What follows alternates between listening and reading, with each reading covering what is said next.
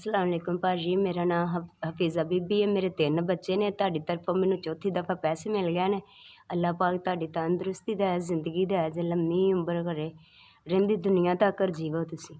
ते अगे मैं भट्ठे दा कम्म करदी सां, तुसीं मैनूं 10,000 रुपया दिंदे हो ते मैं भट्ठे दा कम्म छड्डता। बड़ी जिंदगी मेरी आसान हो गई है।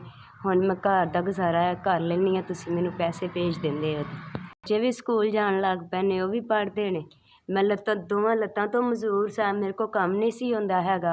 हुण तुसीं मैनूं दिंदे हो ते बड़ा आसरा मेरा हो गया। हुण मैं भट्ठे दा काम छड्ड दित्ता है, मेरे बच्चे भी स्कूल पढ़न लग पए ने।